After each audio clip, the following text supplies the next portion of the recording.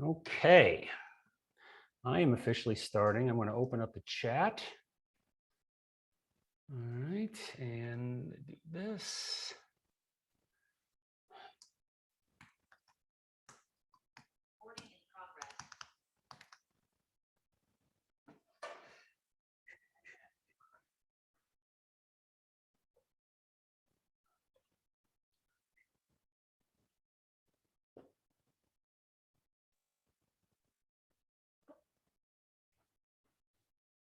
All right. Hello, everyone. Okay, so I am here. See if anybody else is.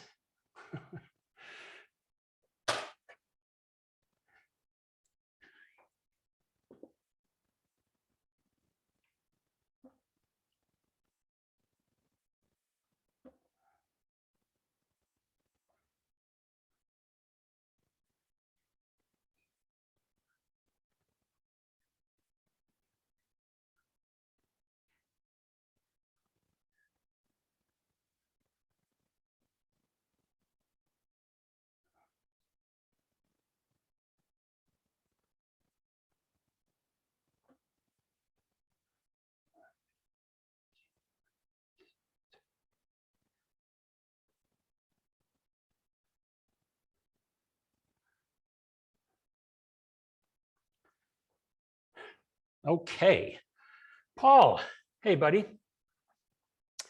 All right. I'm always holding my breath just before this, making sure, because I had some emails last night that said, damn, I wish I'd made this. I see I missed it by a day.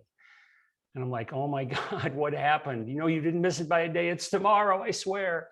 So it's always, oh, I see. Okay, good. I'm curious, what made you think you had missed it? Because you really put a little panic through me going, oh my God, did my emails say yesterday, or one of them say yesterday? And I know we've got people from all over the planet.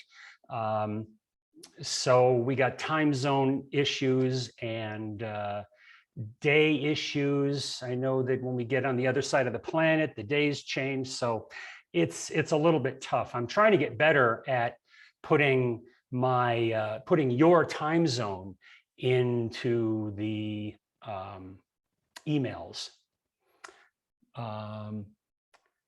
North, what the heck? Kakalaki. Where is North Kakalaki? I know where Pennsylvania is. North Kakalaki, that's interesting. I don't know where that is.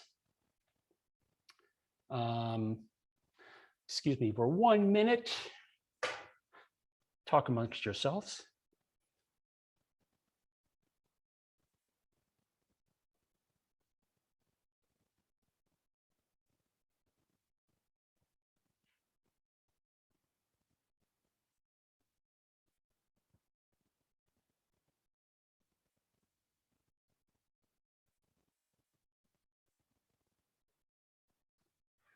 Okay. All right. Victoria, British Columbia. Oh man, I got a story about Victoria, British Columbia. Just talking about someone I used to know who, nefarious character owning a hotel up there. Oh my God. Las Vegas, yes. 5 a.m. in Bangkok. Coffee is my co-pilot. Well, even though I'm at 3 in the afternoon, I still have my version of caffeine. So thank you for dialing in at 5 in the morning. It's too bad we're going to put you to work playing all sorts of stuff here. No, just kidding. Just kidding. Tokyo. Good morning, Tokyo. I'm assuming it's 5 o'clock in Tokyo. Early morning, no doubt. Oh, the Southerners call it. I'm in North Carolina. Okay. I get it. Italy. Yay, Italy. Yay. Coos Bay, Oregon. Boy, that sounds good. Sounds nice. I'm, by the way, in Phoenix, Arizona. For those of you that aren't in the United States, Phoenix, Arizona is the Southwest United States. We're in the desert. In fact, you know, I took a picture. I was going to show people that if you look that way through my house, you will see this. That's basically my backyard. That's called the Sonoran Desert. As you can see, lots of saguaro cactus, but I prefer my little virtual coffee shop here. Nice and cozy. It's a little light rain, which we don't get very often in Arizona. So it's kind of nice to have a little light rain. Feels cozy. We got some coffee steaming in the background. So I kind of like this. High desert. Am I high desert? I guess I'm high desert. You know, I'm 2,000 feet. So I guess that qualifies as high desert. I'm going to wait for a few more people to roll in here, and then we will start. Get this ready for me.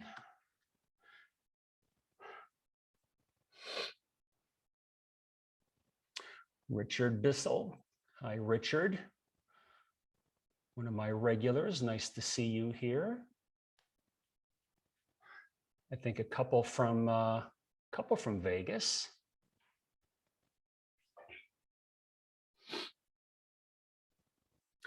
Good question. Well, yes. Let me give you a little preliminary here. What I would suggest is to have your instrument with you.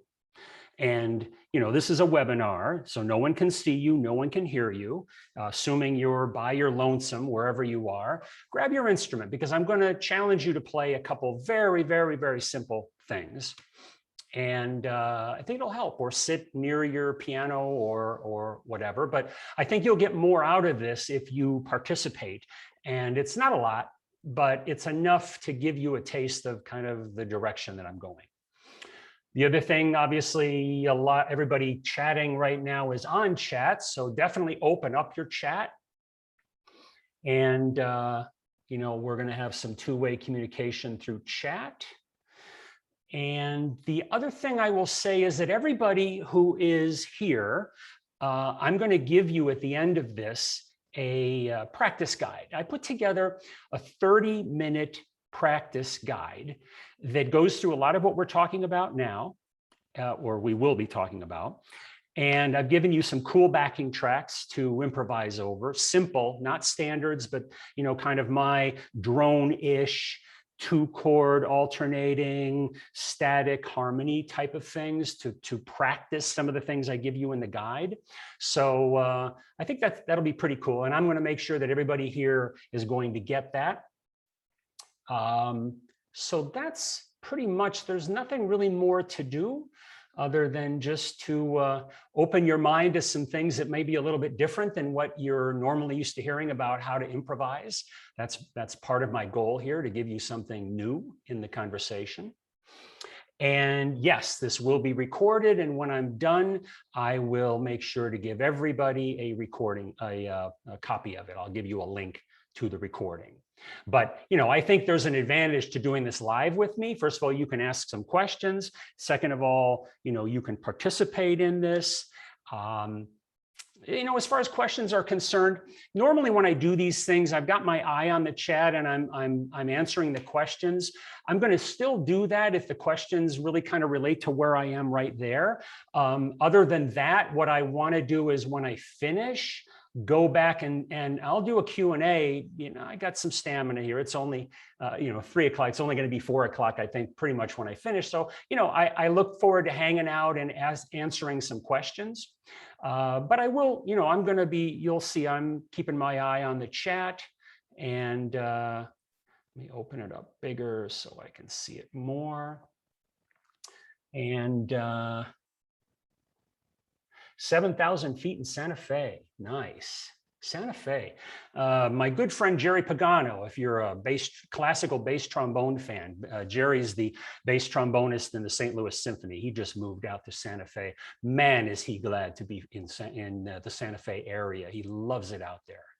And so, Yeah, the Southwest, baby. Nothing like it.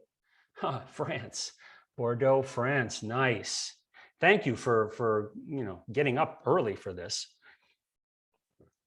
So let's start.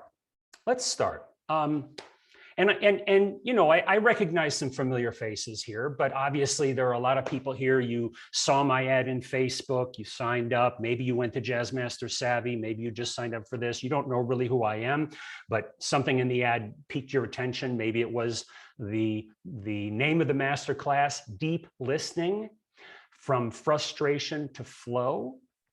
And I very deliberately named it what I did because I'm going to talk about the fact that I think the missing component for playing jazz more and more seems to be these things, and what's in here between them. And so, it really is about deep listening. And the more that I explore my own playing and other people's playing and create books and get a chance to talk to masters, I'm more and more convinced that this really is a missing link. As weird as that seems, it's like people have learned painting through listening to brushstrokes instead of watching the canvas. It seems odd to me, but so probably that caught your attention. Deep listening, what is that? And you may be frustrated with your jazz playing. I know a lot of people are. Frustration by, you can be playing better than you are. So thank you for joining this. And my commitment to you is to make an impact on how you think about jazz and how you play jazz. So like I said, some of you may not know who I am. So let me give you a little bit of background on me. Michael Lake. I live in Phoenix, Arizona. If you were here earlier, you saw my backyard. I started with piano when I was about 5 or 6 years old. And my mother was a taskmaster. She was a teacher. She was a taskmaster. I had the egg timer on the piano in 30 minutes every day, no matter who was playing baseball in the next door. I was practicing piano. But a couple of years later, I took a liking to the trombone, a loving to the trombone. And at that point, you couldn't get it out of my hands. I just loved the physicality. There was something about the sound, the activity of playing that I really loved. This is my axe. Now, this is a smaller version of trombone. When everybody who plays trombone plays what's known as a tenor. You may have some friends that play bass. You don't know anybody who plays jazz, certainly exclusively, on alto. And part of that, and years ago, I thought it was going to be my mission to turn people onto alto. It just didn't work because it's not like a smaller tenor trombone. It's not just the positions are closer together. It's a completely new map of where everything is. And it's really, you really kind of have to do what I did, which is sell all my tenors so that, like any good explorer, I burned the ship. When things got hard, I knew I would want to go back to tenor, and I didn't let myself do that. It really did require that, at least for me. So, I was very fortunate. I grew up we moved from different places when I was in grade school, and I happened to land in schools that had trombone players as the band directors. And what I remember is being good teachers. I got to high school. This was a point where we had 2 big bands. We had a JV and a varsity big band, if you can believe that, and a teacher who was hired strictly to teach jazz. Warren Jeffries. And I remember he would take me back in the choral room after school, and he would comp piano and I would play. And he was kind of, introducing me to this thing called improvisation. I was very fortunate. And then in college, I studied with Dan Hurley. If you know that name, you know it because probably of Jamie Aebersold. Dan has been a good friend of Jamie's and played piano on a lot of the play-alongs and written some great books. So I was with Dan Hurley for 4 years, and then I left college and he went to North Texas State, where he, I think, spent the rest of his career. And I went to during college, I got a National Endowment for the Arts grant to study with Frank Rossellino, who was my idol. And unfortunately, that was the year before Frank passed. And there was obviously a lot of drama, if you know that chapter of his life, which we don't get into. But I had to make a choice. I had to say, okay, I got this money. What am I going to do with it? And a good friend of mine, Alan Chase, who, if you go to Berkeley, you know Alan very well. He said, hey, man, I'm going to Woodstock this summer to study at Creative Music Studio. Why don't you come with me? Because I hear George Lewis is teaching there. Now, George Lewis, going from the bebop of Frank Rossellino to the avant-garde of George Lewis was a big change, but it was really good for me. It really took me out of my comfort zone. And, if you've read anything I've written, and you'll hear it today, I believe that growth comes from getting out of your comfort zone. And man, it took me out. I mean, I was studying with Anthony Braxton, and we had big band rehearsals with the Art Ensemble of Chicago, so it was a wonderful, wonderful time. I got out of that and I moved I was in Philly, I lived in Boston for a while, and I played jazz and salsa. I became a salsa player. I love salsa. I miss salsa. I miss playing salsa. I got nominated for a Grammy for Best Latin Album, and I played with Ray Barretto. I was his trombone player in New York. And again, a lot of improvisation in Ray's band. So the trombone's in the center. I got 2 trumpets to the left and the right of me. And, you play the head, and then the trombone riffs on some kind of repeating pattern. And then the trumpets come in with something that builds on that. And then we're all cooking, and then boom, the trombone just blows. And man, it was, it was amazing, an amazing experience, New York salsa scene. So I did that for a while, and then, quite frankly, I got a little tired of the professional trombone, jazz, salsa scene. I love playing with Ray, but it's like, I'll tell you Thursday if we have a gig this weekend, and it was just not for me. It's for a lot of people, and that's cool, but we all have to figure out what works for us. And I had been introduced to business years ago. Part of how I supplemented my trombone playing was I did telemarketing. I called people and persuaded them on the phone to buy things. I remember in Boston, I was at the Boston Ballet during the afternoons selling yearly subscriptions. I ended up pretty much wherever I was. I ended up teaching people how to do the telemarketing because I happened to be the best guy in the group, in the room, for whatever reason. And so at that critical point in New York, I decided to get into business. And there was a very interesting industry that wasn't too far from my apartment that I checked out. I loved what they were doing. They offered me a job in sales. I took it, and I spent decades in that industry. But along the way, I always played trombone, and I always wrote, and I always kept my music together and played out. And, I can't ever let go of the music. But at a certain point, and along the way, I had a marketing agency that I did for a while. But at a certain point, a few years ago, I said, okay, it's time to do what I really think I'm born to do, right? And that is to play music and show people some things about themselves and about their music that will help them play better. And that's why we're congregated here, right? And I think I have 2 skills that make me an effective teacher. I think on the one hand, I have an ability to get to the core of the issue. So much of life is spent on the surface. And, for musicians, we kind of beat that nail with the hammer over and over and over, hoping to get better. We just figure if we play that Jamie Aebersold backing track another 5 times, we're going to get the bridge to, Miss Jones. And we just keep hitting it and hitting it and hitting it instead of sitting back and saying, okay, what is the real issue we're dealing with here? What is it that I really need to fix that will blossom into playing the way I want instead of just hitting the surface issues? So I think I'm good at getting to the core of something, the essence of something, and I think you're going to see that today. The other thing I'm good at is being able to connect things that may not seem related. I happen to believe that so much of the world and our life is related in some ways. We just don't see the relationship to it. And I think it's important to be able to connect things because you can learn from this to apply to this.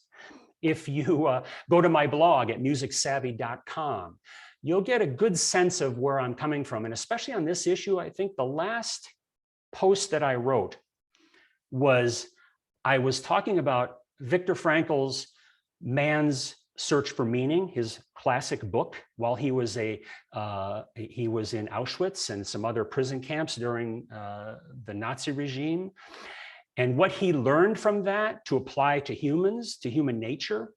And in this blog post, I connect that to getting better at jazz. Part of it is, the question I'm asking is, what are you really trying to accomplish with your music? That's kind of a core concept to know what should be coming out of your instrument.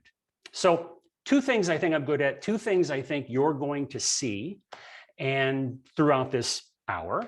And I think that will help you make some connections that you probably haven't made before. Because I am on a mission.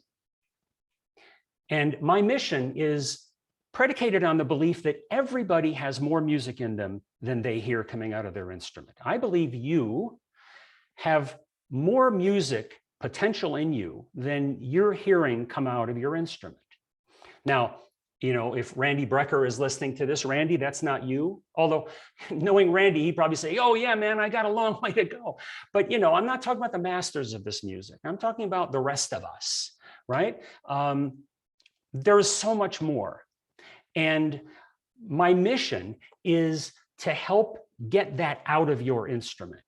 And it doesn't mean all I'm going to do is sit here and say, you got to practice, 7 more hours a day. That's not what it's about. It's about whatever time you play on your, put toward your instrument, make it more effective.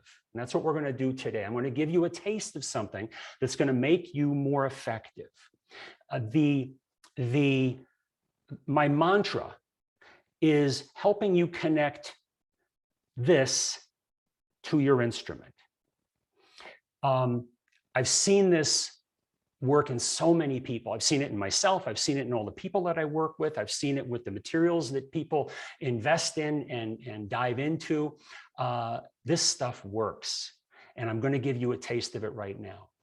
And let's start with the idea that I think a central problem is that we lead with what I call the machine. This thing has no music in it at all. Whatever you play has no music in it at all. The music is all coming from between your ears. We tend to put the instrument first. We stand up and we play notes, and we wonder why it's not satisfying music. Well, it's because we're focusing on the notes. It's kind of obsessing with the theory, which I don't have. Theory is important, put in its proper place. But I think part of the problem is that we're trying to sound like jazz rather than emoting our personality and emoting musical stories through the improvisation that we play. So what I'm trying to do is I'm putting cause and effect in its proper place, because I think that's part of what gets mixed up. The effect is the instrument, the cause is here. So let's put this first in front of the instrument, okay? And, I hear that over and over about the frustration that I hear from players. I've learned all the scales, I've learned all the patterns, I've learned the theory. Why can't I tell interesting stories? And my answer is a version of what I just said to you, because we're putting effect before the cause. We're putting the instrument first. We're putting the notes first. We're putting the thinking, the calculating of what we're going to do first. We're putting, the left brain, which is the analytical side of the brain, if I can kind of exaggerate a little bit, in front of the right brain. In fact, I put a very interesting, what I thought, 1-minute video, and I want to share this with you. Some of you may have seen this before. And this is, I play this for people and they go, man, I can't believe you're reading my mind.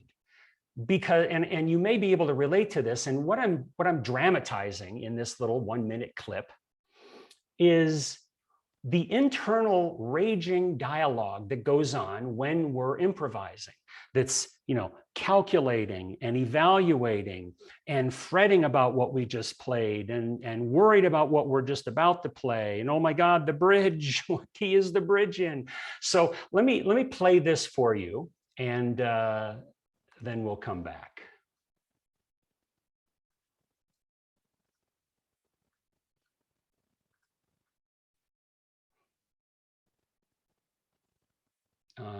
Hopefully we'll come back. Hold on. Technical, there we are. B flat, B flat, B flat. That's it. Just repeat that rhythm. All right, don't screw up. Oh, come on, come on. Let's turn around, go back to B flat. Come on this way. All right, the bridge, the bridge. What's the first key in the bridge is? No, not that. Oh, what do we got? G, C, F. Back to B flat, B flat. That's nice. That's it. Play something fast. Come on.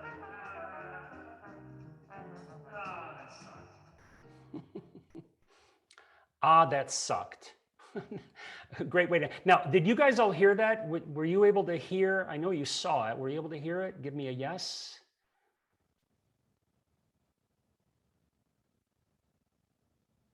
No, yes, no, yes, no, yes. I'm going to do one more thing here. Bear with me. Here we go. Okay, I'm going to play this one more time because I want you to hear it. And let's do one more time. Okay, here we go. All right, don't make me go next. Oh, he's pointing at me. All right, B flat, B flat, B flat, B flat. That's it. All right, just repeat that rhythm. All right, don't screw up. Oh, come on, come on. Let's turn around, go back to B flat. Come on, that's lame. All right, the bridge, the bridge. What's the first key in the bridge is? No, not that. Got G, C, F, back to B flat, B flat. That's nice. That's it. Play something fast. Come on. That sucked. Okay, you could hear it that time. So I'm exaggerating a little bit, but certainly when we're not at our best, that dialogue is raging. And it is the friction that is getting in the way of real music. I mean, there's no possible way you could play authentic. And when I use that word, by the authentic, I don't mean authentic to the style. I mean authentic to you. I mean kind of what you hear in your moments of maybe you're listening to a band and you're kind of noodling around with, in your imagination, what you could play over those changes, or maybe you're listening to a backing track and you're kind of concentrating on what you could play. And, that's what I mean by authentic to you. There's just no way that you're going to play authentic jazz improvisation with that raging through your mind. And why is that? It's because we're calculating, we're thinking, we have to be right. Where are the right notes? Mike, please tell me the right notes to play over G7 flat 9. And my somewhat snarky answer is that every note is a right note over any chord. They just require a context. And that's what you learn as you develop your skill in improvisation.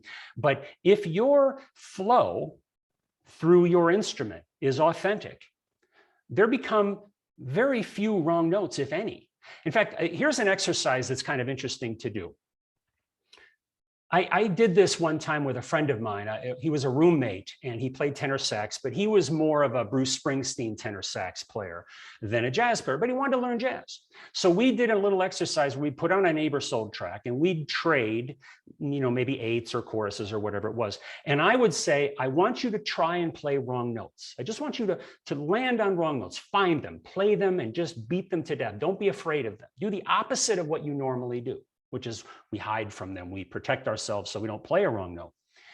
And you might find something kind of interesting in that the wrongness of them kind of disappears when you're doing it deliberately.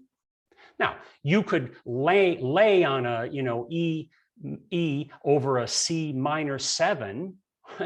And yeah, if you keep laying over it, it's going to sound wrong. But try this exercise a little bit in your improvisation.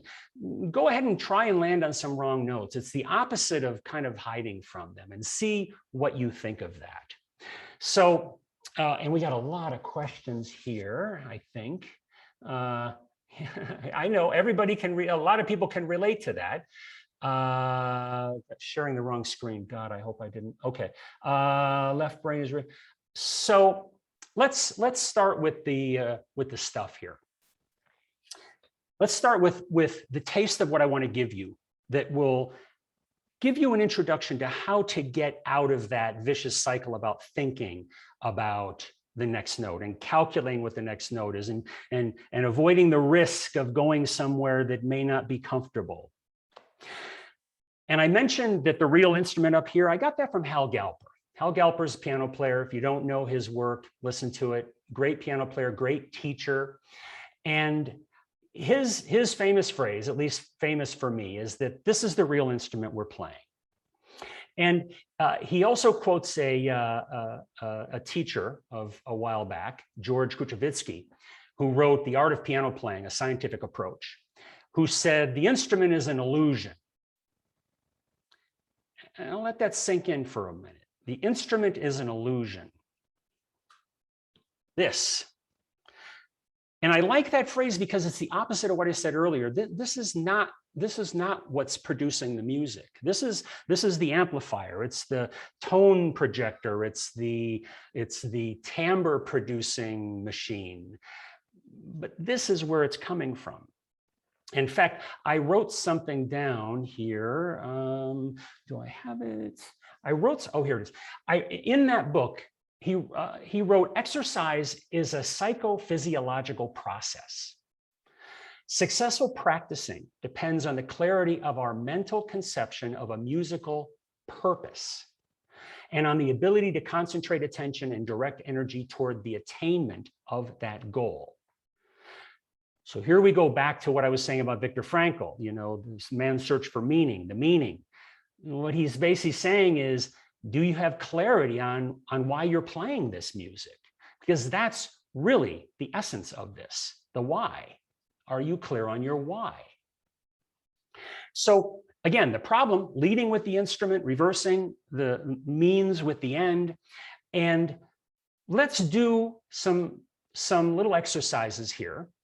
And spoiler alert, I'm a big fan of singing. And I'm going to ask you to sing. And hopefully you're not with a bunch of other people listening to this, and you can, in the privacy of your own space, you can do some singing.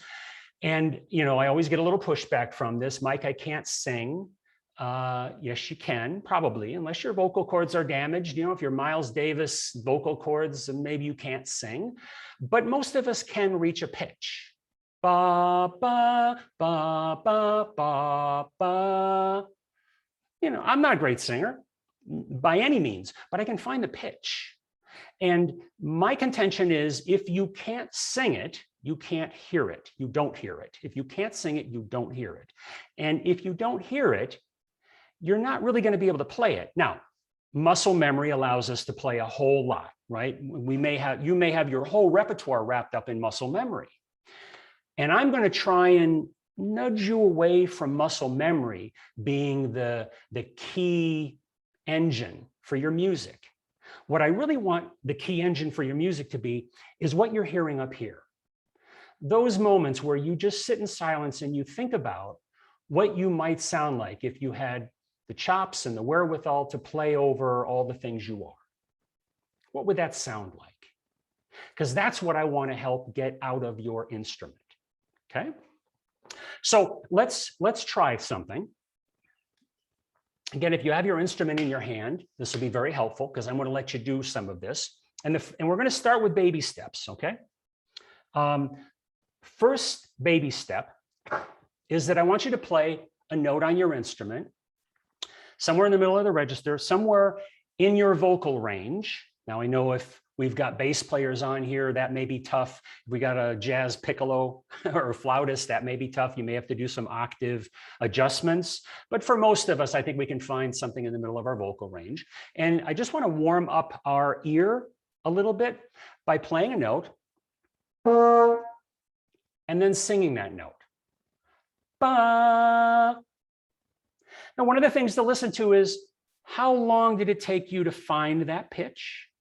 Okay, that's a little indication of, you know, certainly your vocal chops, I get it, but it's also an indication of how well you're hearing it. So play another note. Can you sing that note? Ba, ba, ba, ba. So take just a second and try that. Sing a note, play a note, sing that note, play a note, sing it, and see if you can do what kind of I just did.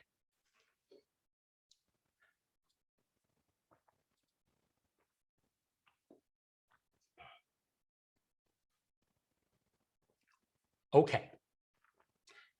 Did anybody have trouble with that, finding the note with their voice in the chat? Just to give me a sense of how easy or how difficult that is as we start this process.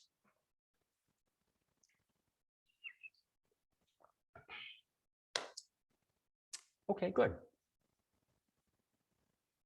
Okay, good. So now let's try something else. Now what I want to do is I'm going to play a note. I'm going to sing that note, but I'm going to sing a new note. And then I want to find that note on the horn. Okay, we're going to take another baby step here. Ba, ba.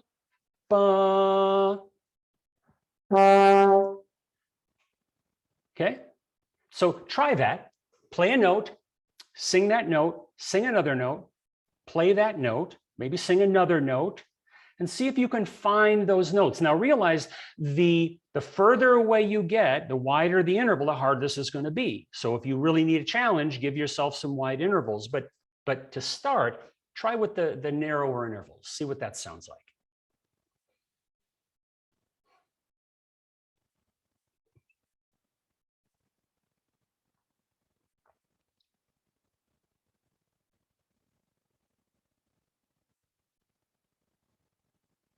Okay.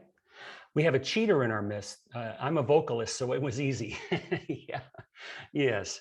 But it looks like everybody. All right. So was that any more difficult to find the pitch?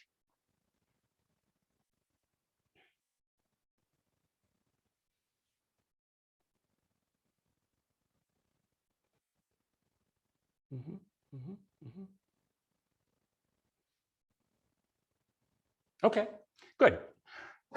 Now, let's, instead of a single pitch, let's try a phrase. And let's find the right phrase for you. And it could be a nursery rhyme.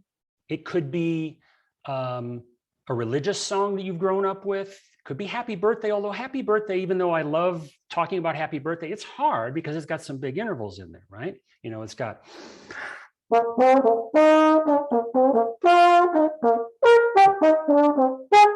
So it's got some intervals in there. So pick something that's pretty simple and just and then what I want you to do is random pick another note just to start on. So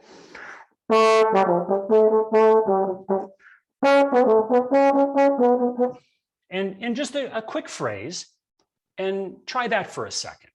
It doesn't matter what you choose, but something that if I woke you up at 2 in the morning and said, sing Mary Had a Little Lamb, you'd have no problem with it.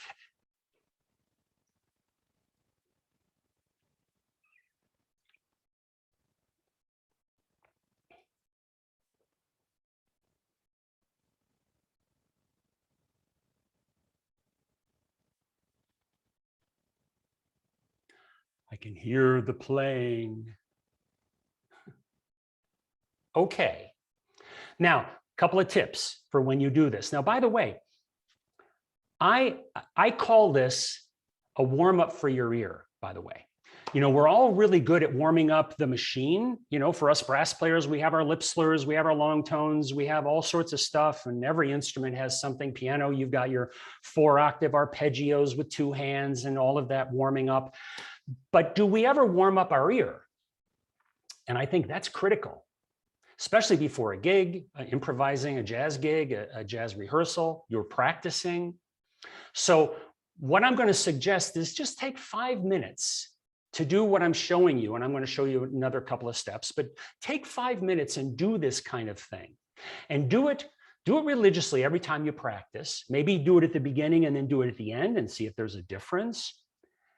and see what you notice by warming up your ear. Now, when you play a phrase, what you are listening for is, so if I play, let's say I play Mary Had a Little Lamb, and I go,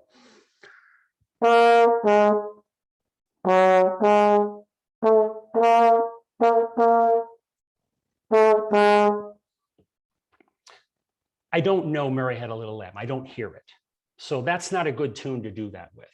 Find a phrase that, again, you have inside and out. Now, you may still have trouble starting it on B, but at least you've got it in your head, because what you're going to listen for is it fluent? Are you just simply emoting it, or are you calculating it?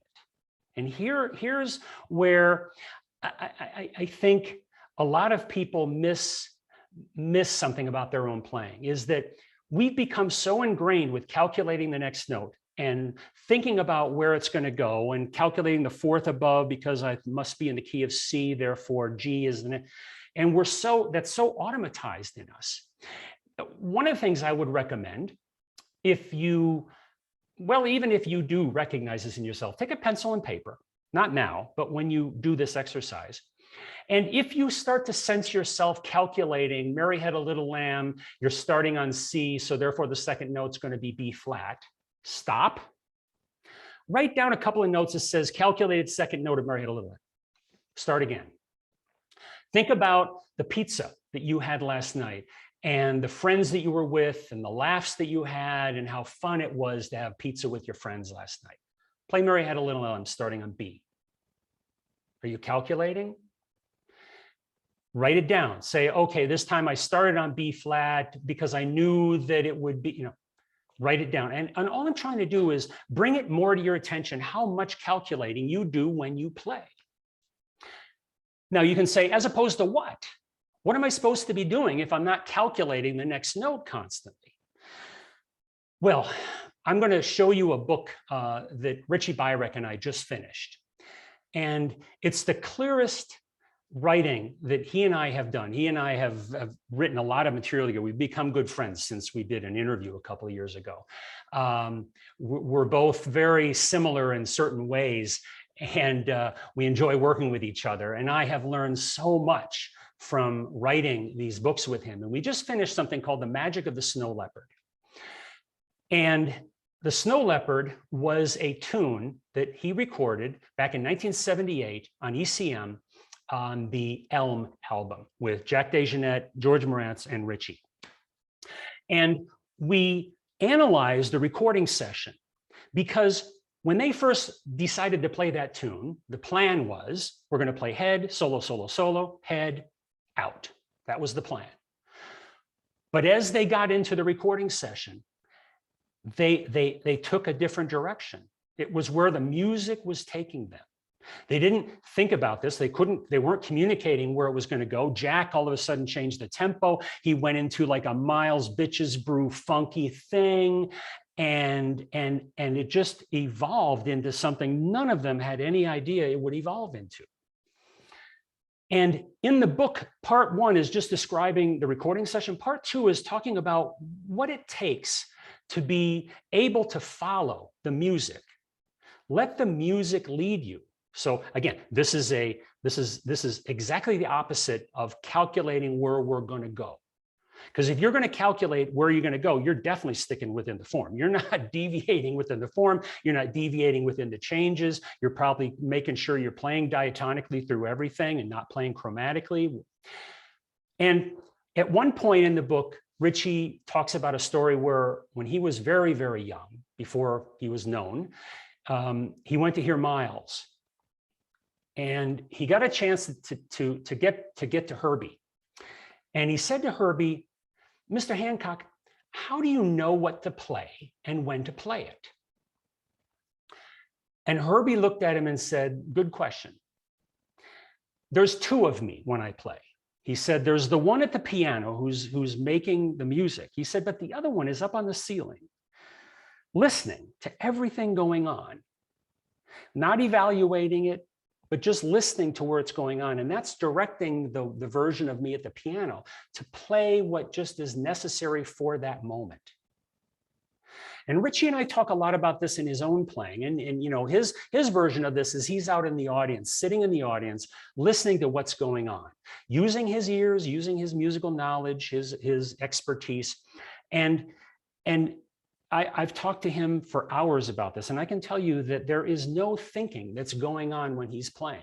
It's from here to here as an automatic reflex of his emotions, what he's thinking, what he's hearing Dave Liebman play, or in the case of Snow Leopard, what Jack DeJohnette played.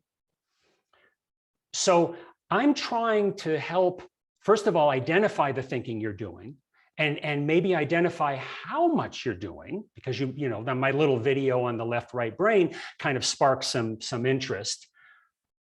But you may not even realize how much you do it. And I want you to be able to concentrate on the music by listening, deep listening to what you're playing, to what the people around you are playing, to the vibe of the audience, if you're playing in front of an audience.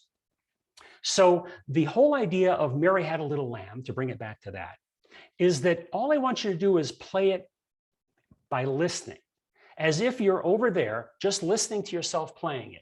So part of it is you're playing it fast so that you don't have time to think about it. Let me give you another example of something you can play. You know, I mentioned Christmas carols. Joy to the World, right? It's a little interesting thing about the first phrase, the joy to the world, right? So I go.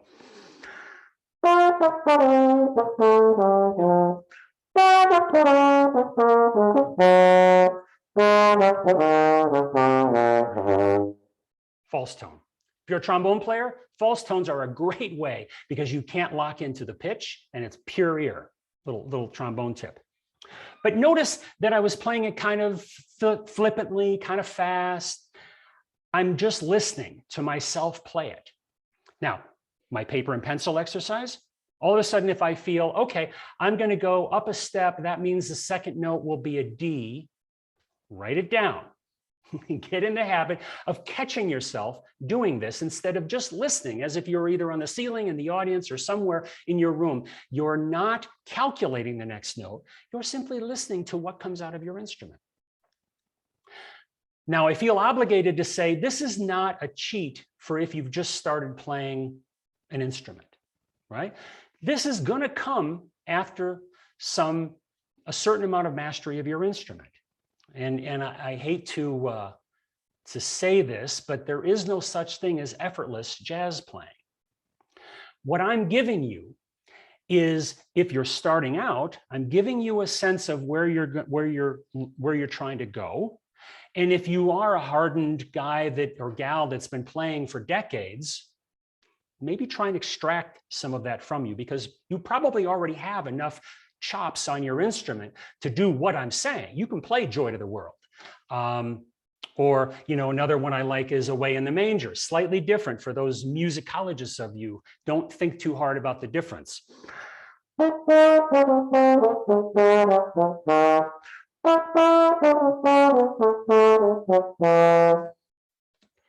So try that as part of this 5-minute warm-up I'm giving you. Find a phrase. Now, try a standard. If you want it, you can make this as hard as you want. You can do this with giant steps if you know the tune well enough, right? But start with a simple standard. And again, narrow intervals. One of the tunes I like to do with this is Bye Bye Blackbird, right?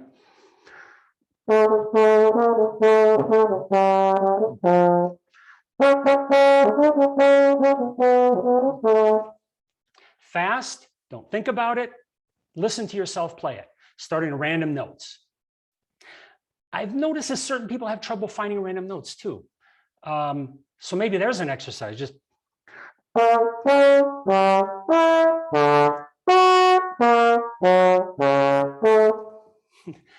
Maybe that's hard for you.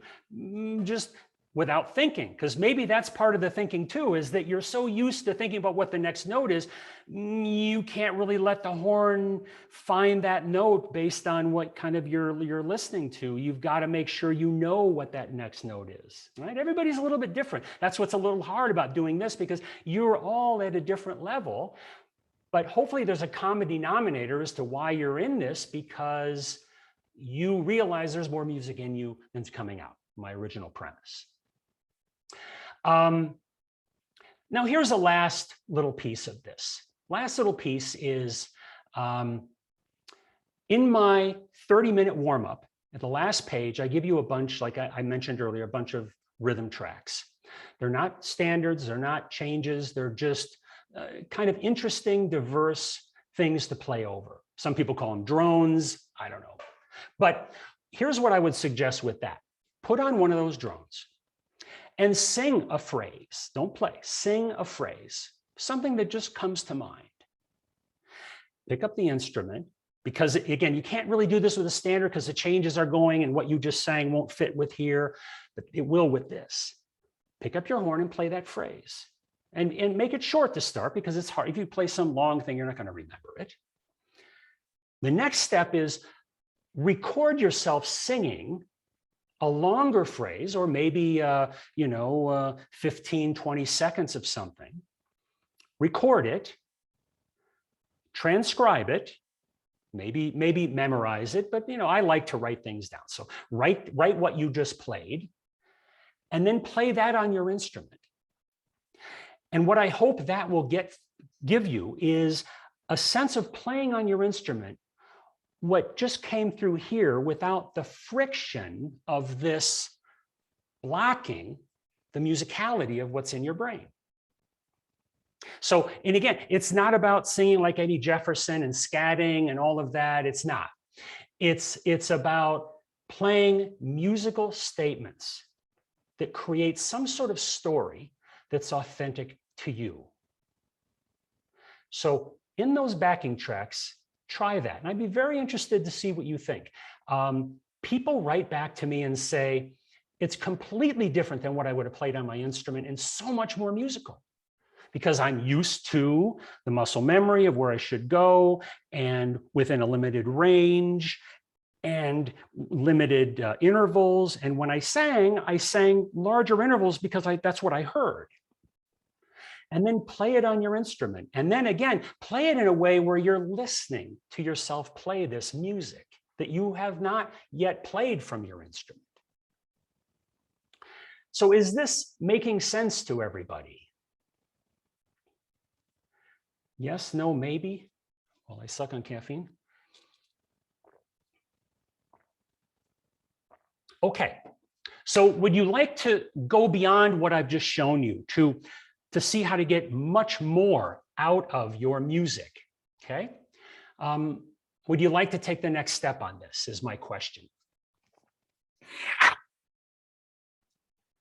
Because what I want to show you is something that I have been working on for several years that I want to show you. And boom. And I want to show you this in a second here, if I can get it together. Boom, boom, boom. All right, it's called Improvisation Savvy, okay? This is a course that I have spent the last several years putting together. It's everything I can think of, everything we've just talked about, but this is kind of a small introductory step to this. And again, the tagline here is connecting your musical mind to your instrument. That is the goal. And so the idea of this is you're going to learn a few things. You're going to learn what I like to say, where are we here? What cripples so many players and prevents them from playing as they imagine. What's the crippling? The crippling is the calculating of the next note. The crippling is the worry about what you just played. The crippling is the worry about what you're about to play. The fact that you always stumble over the bridge and you're just aiming for that stumbling and all of that thinking that gets in the way. I want to show you how to find and project your unique, authentic jazz voice. I wrote a post a while back called "Is Jazz in Danger of Becoming a Caricature of Itself?" And the point of that post was, I worry that jazz is becoming the production of fast, high, and loud, instead of the musical statement that you have in your mind, because you feel compelled to play a lot of notes. We all do, right? Because the greats play tons of notes, and there's nothing wrong with playing tons of notes if that's your authentic voice. And that's what I want to show you how to get out of your instrument. We haven't even talked about time. Time is critical. You can play all the wrong notes, but if you do it in good time, all is forgiven. If you play all the right notes, but your time is rushing or you're dragging, or there's something not quite right about the time, you're not sounding like you understand the music. There's something missing. So we talk a lot about time in here. And of course, all of this means nothing if you don't know how to practice it. So I have a module in here about how to practice the right way. Because, you know, the old saying, practice makes perfect. Practice makes permanent. And what are you making permanent? Go back to what I said earlier about beating the nail constantly because of the surface thing that you're trying to improve, instead of getting down to the essence of what it is that really is getting in the way of something, like what we've just done. The idea of playing a phrase, starting on random notes, listening to it, instead of memorizing. This is, you notice we haven't even used the word memorize. It's not about memorizing thing. It's about finding it in your voice. And so the chapters are the foundation or the intro to this. I'm not against jazz theory. There's a whole chapter on jazz theory because I think you do need to know what the Roman numerals mean. I think you do need to know what modes are, but do that in the practice room. Forget about it when you stand up and play jazz. So you got to kind of know where these things fit in. Obviously, ear training, even though I don't really love that phrase, it's all about what we've just talked about and way beyond. Exercises showing you how to anticipate the harmony and how to know how to shape your phrases and the rhythm of phrases and all sorts of things that go up here. Time and rhythm we talked about. A lot of miscellaneous things. I couldn't fit in any other ones. Tips, tools, and tactics about anchor notes and about constraint exercises, and lots of things that you'll find helping you put the puzzle together that you're looking to put together. And of course, how to practice, okay? The course component is 50 videos, a lot of video, tons of ebooks, audio playlists, workbooks, and of course, how can I do something that's ear-based without audio files? Now, I want you to try this because I've seen it work. And in order to do that, I'm going to stack some value here. I'm going to give you some bonuses that I've never really offered for this course. The first one is everybody who buys the course is going to get a free personal Zoom hour with me. Now, this is optional, of course. You're not forced to spend an hour with me, but I think you'll be shocked at what I can accomplish in an hour. Maybe you're not shocked on this hour, but when we get together, I'm very good at creating change within a short amount of time. This free personal Zoom hour could be talking about your improvisation. It could be talking about anything you want. This is your hour. Questions about the course, how to approach the course, which relates to the second bonus, which is I will give you a free customized course, what I'm calling prescription. And I've created a short survey that you'll get on the welcome email as soon as you join. Fill out that survey. There's an upload link to put an MP3 of your playing. And I will give you a personalized roadmap for how to approach Improvisation Savvy based on what I hear and what you tell me you're trying to accomplish. What's worked well for you, what hasn't worked well for you. And I think you'll be surprised at how comprehensive what I return back to you. Some of you may know because you write me emails and you send me your playing and I write back like a lesson plan. You already know that I love doing this. So you're going to get the Zoom hour with me and the custom course prescription. We can spend that Zoom hour talking about the prescription. Again, it's your hour. The other thing I'm going to give you are some ebooks. I mentioned The Magic of the Snow Leopard, Liebman's Art of Skill that we wrote together, and what Richie and I put, the first thing Richie and I did, which was a framework for jazz mastery. I'm going to give you those ebooks. And I'm also going to give you a couple other ebooks. My friend and brilliant psychologist, Dr. Rodney Brim, and I put together a book called The Brain-Friendly Method for Musical Excellence. And he's basically helping you know how to use this machine up here, because the brain has a certain nature, certain requirement. Are you using it the right way? Are you feeding it the things it needs to give back to you the progress that you're looking for? So that book talks about that. And then Piano Comping Savvy, because I just think no matter what instrument you play, you got to know how to comp piano. Simple. I'm going to show you one root on the left hand, 3, 4 note right hand jazz voicings. Got to be able to do that. One last bonus. It's a video that I put together because I'm concerned that there may be people watching this says, Mike, you know, what you say makes sense. I think I could learn from this, but I'm not really good with computers. So I put together a short video that shows you how to get the most out of the course if you're not all that comfortable with computers, so that you can juggle the course, you can juggle the ebooks, and the audio files. Because I get people that say, Mike, you know, I'm playing the audio file, I can hear it, but I don't know where it's being played. This answers all the questions. I've filmed myself putting my fingers on the keyboard. So it's very thorough about how to use this thing. So, you know, I thought to myself, well, what is the real value of all of this? You know, I mean, the Zoom call, I generally charge $150 for an hour. So, you know, I'm pretty sure the roadmap's going to probably take me an hour. The ebooks are probably another $50. I don't know what the video library costs. Let's call it $400. The companion ebooks, there's so many other materials with the course, call it $200.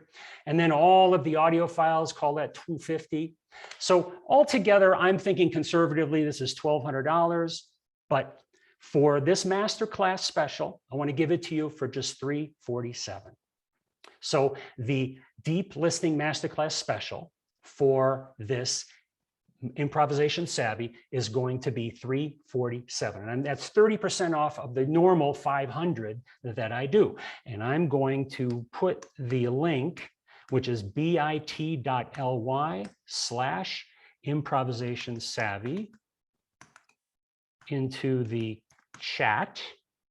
And it's not improvisation.com, it's just bit.ly/improvisation savvy. That is now in the chat. And also, by the way, I don't want you buying anything from me that doesn't work for you. So I'll give you your money back if this doesn't make a difference in your playing. The last thing I want to do is to have a reputation that I sell stuff that doesn't work, but it does work and I get good feedback. You have a different perspective, which has already improved my playing and increased my enjoyment of the music. What a pleasure to finally have a method for working on my listening skills, because what is all the other methods? They're about your eyes and your analytical brain. Look at these patterns, play these patterns. This is about your ear. I'm hearing things now in the music I didn't hear before. Improvisation has transformed my playing. Of course, I love that one. Your teaching, I like this one. Your teachings are like vitamins, crystal clear, practical, and valuable. And maybe you've gotten a sense of that from the past hour. You're helping me increase my ear to instrument reaction time, and that's exciting. And this came from a classical flautist, she may be here, who wants to improvise. And she's been amazed at the connection, that it's the closeness that's occurred between her and her flute. Last one. What I like is that you give actionable protocols that have measurable outcomes. Too many of the alternatives feel like empty, get-rich-quick schemes. You know, you've all seen these 5 licks that will make you sound like Michael Brecker. Learn these 3-2-5-1 patterns and play over any tune effortlessly. It's not that. So I hope you consider this. I hope I've given you enough of a taste. And even if you don't consider this, I want you to do what I've shown you. Do it 5 minutes at the beginning of your practice. Do it 5 minutes at the end, and do it for the next week of practicing, assuming you practice more than once a week. And here's the thing, when you improvise after this, and certainly after you've dug into the course, I want you to listen for some things. And one of the things is, do you hear yourself playing anything different than you used to? Do you hear the intervals in your improvisation getting wider? Do you hear the harmonic content being any more complex? And I don't mean chromatic as much as just maybe not so chord tone related. Do you hear anything about your sense of time increasing? Obviously, if you've gone through the time module on here. So these are the things to be deeply listening to see if you're actually making a change in your playing, and especially if you're someone who, and I feel for you, you've been practicing and practicing and practicing, and it's not getting any better. Try this.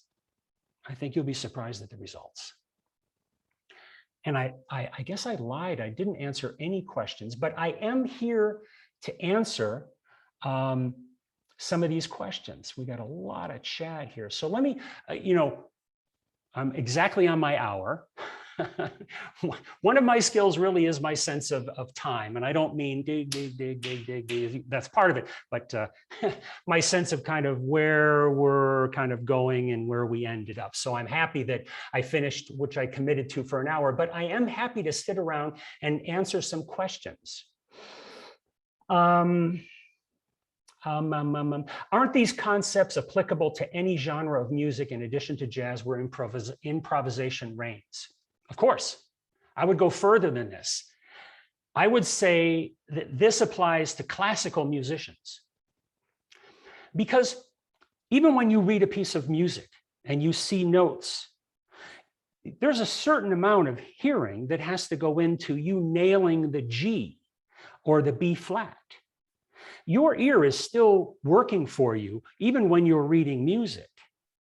But I think every classical player should have a little bit of experience with playing jazz to strengthen their overall musicality.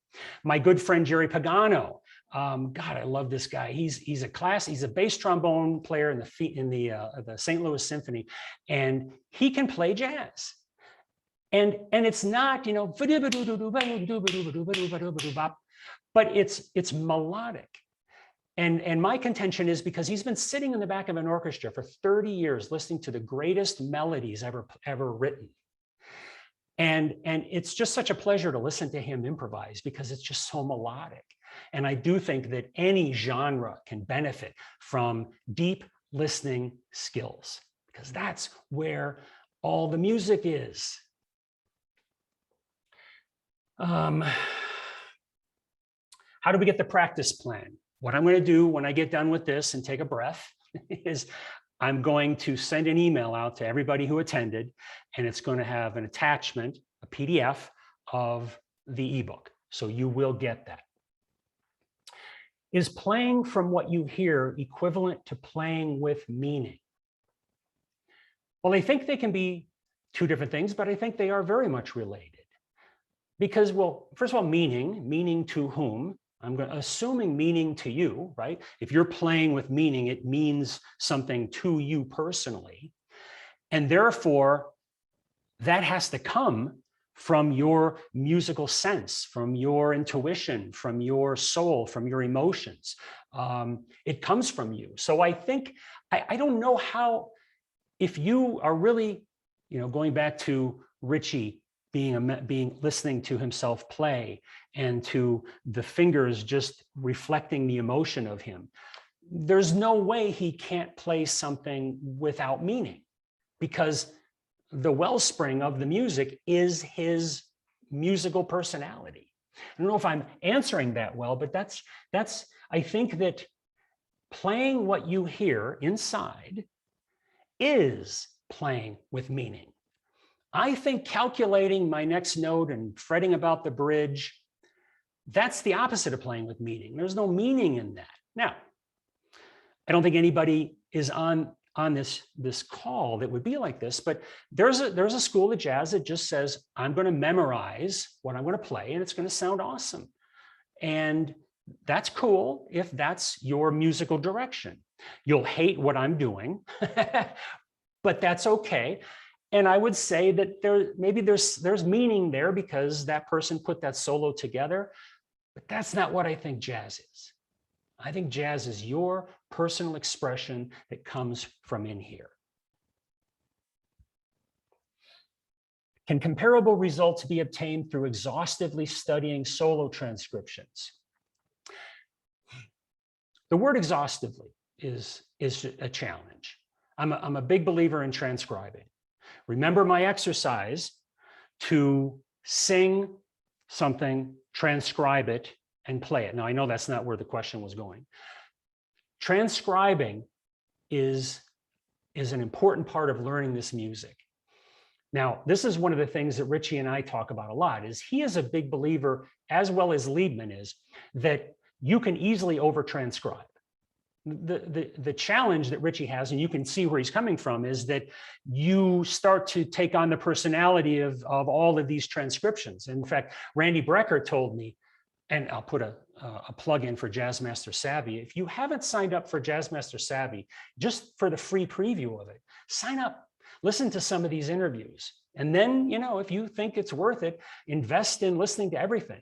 And what you'll hear in Randy Brecker's interview is he talked about, for a while, he was a Woody Shaw devotee, and he transcribed everything he could get his hands on for Woody Shaw, and he memorized it, and he played it constantly. And at one point, he played something for Michael. And he goes like, "What do you think, man?" And Michael goes, "You sound like watered down Woody Shaw." And that was a light bulb moment for Randy.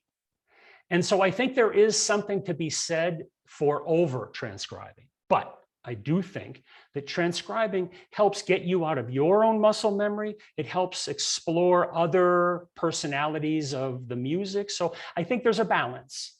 Transcribe, but don't get to the point where you're just a parrot, or as Michael said, watered down version of your idol. Also, don't just transcribe your own instrument, by the way. I think probably most of my transcriptions are of other instruments, tenor sax, piano. I remember young Michael Lake trying to play Bill Evans lines on Periscope, and really trying to stretch myself beyond the trombone. I think there's huge value there. Any tips for working on more outside stuff, chromatic stuff? Lately, I've been experimenting with weird Raymond Rickerish stuff and thinking I'm having trouble hearing it. Well, you may be having trouble hearing it. So here's a question for you. Put on a track and sing, and can you sing some of the chromaticism? Because again, if you can't sing any of the chromatic, and I don't mean, you're playing a Randy Brecker all over the place. I'm just talking about some simple chromaticism to see if you can make some lines out of that with your voice. You may not be hearing it. Liebman has a great book. He is probably the Bible for chromaticism. And I'm a big believer in that book and learning those lines. But at a certain point, can you sing them? Can you hear them? Because that's where it really becomes authentic. If you're simply trying to play chromatically because it's hip and it impresses people, I'm not thinking that's authentic to you. But again, I don't want to make too much of a value judgment, because play the way you want to play. But you're here and you're my audience and you're going to get my opinion. And my opinion is hear chromaticism. And it's cool if you can play that way. Yeah, transcribe that stuff. Get Liebman's book at jazzbooks.com, Jamie's site. Does the course teach forward motion like Hal Galper teaches? Yeah, I teach forward motion in a different way than Hal does.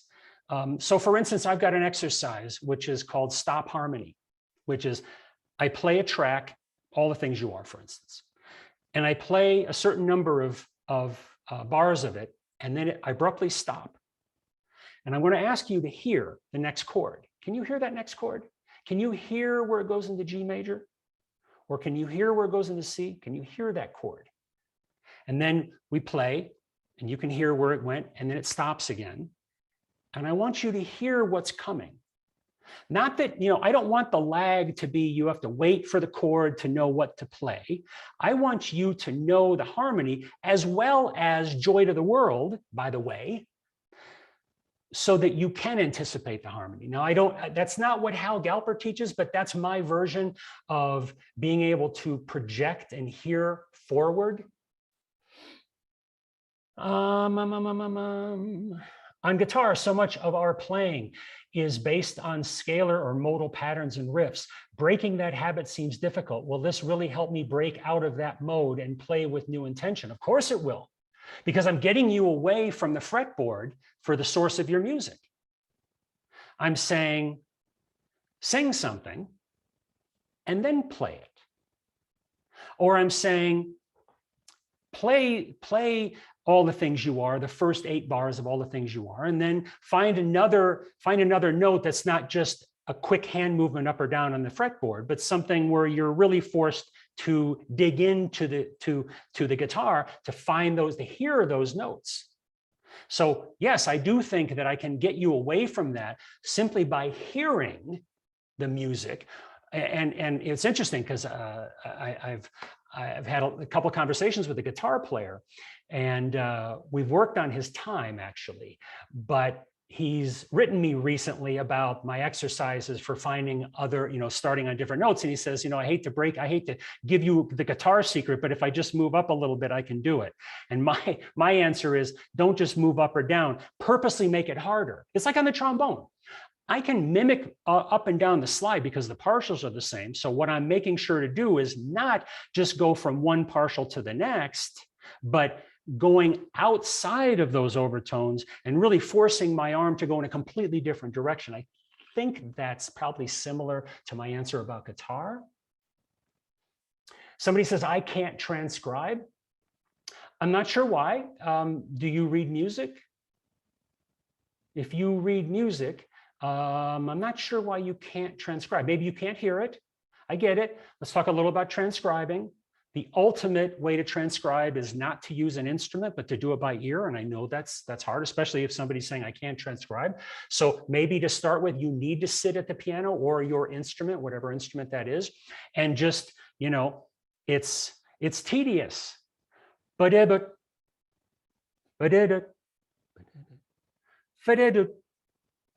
Right? But I think it can't help but strengthen your ear, so that at a certain point, you're going to say to yourself, okay, I'm not going to play my instrument right now. I'm going to write down what I thought was played. Then let me check it. Oh, I only missed one note. That's cool. And do it again, and do it again. Again, I'm not claiming that this is effortless, playing jazz. It's not. So I would say if you can't transcribe, I think it doesn't mean you can't. It means you haven't developed the chops to transcribe. Again, I'm going to promote Liebman's book on transcribing that you can find at jazzbooks.com. I'm not affiliated. It's just, I'm giving you some tools here. But the simplest thing is to find a simple solo. Like here's a solo to transcribe. Miles' first chorus on Walkin'.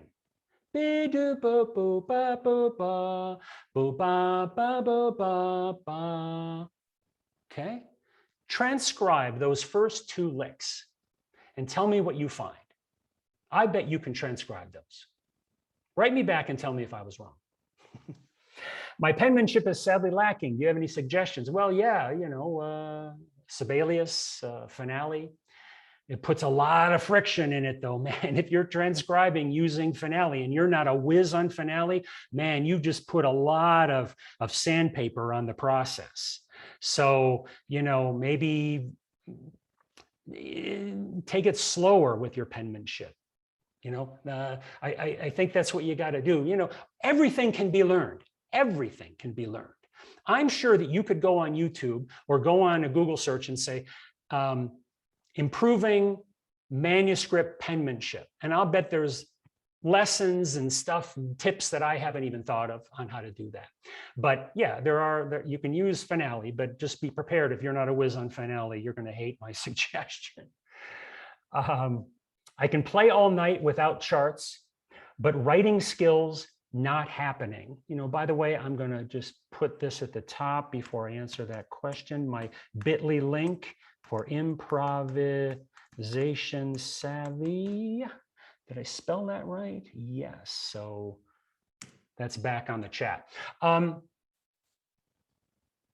can play all night without charts, but writing skills not happening. What do you suggest? In other words, you're talking about composition? I think you're talking about composition. Richie talks a lot about composition. Well, not a lot. He talks about composition in the framework ebook. And in Jazz Master Savvy, my collection of interviews, you know, I've asked that of a lot of people. Randy Brecker had I asked Randy Brecker about his composition skills, and he took me through step by step how he did the intro to Skunk Funk, which is fascinating.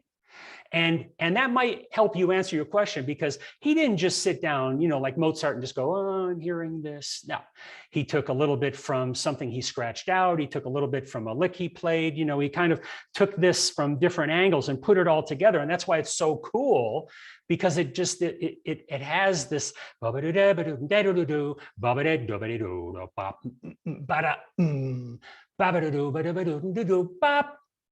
all of those phrases came from some separate source, which was really cool.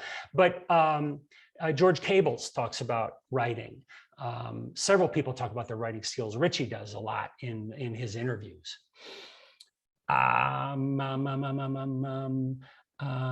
Yes, I am terrible too at writing skills. I have trouble giving songs good form. You know, but some things just require doing it badly over and over until you get better.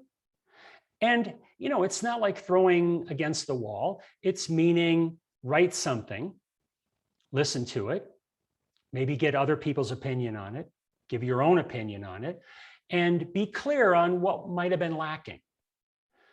You know, the first section just didn't seem like it connected to the next section, or it feels like it's not really an ending. It needed something more as an ending. And be clear with yourself about what's lacking. And then the next piece you write, be aware of those type of things.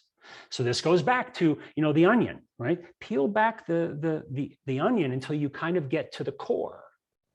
And by the way, I will say that in Improvisation Savvy, I have a lesson strictly dedicated to getting to the root cause of a problem, because I know that's so difficult for some people. Because, you know, I feel for you on the writing, and what I'm hoping to help you avoid is just writing and writing and writing and writing, and it never gets any better, and sometimes it's worse, and you don't really see a direction. Just like playing, I really want you to see a direction in your playing and in your writing. So be crystal clear about what is missing in your writing.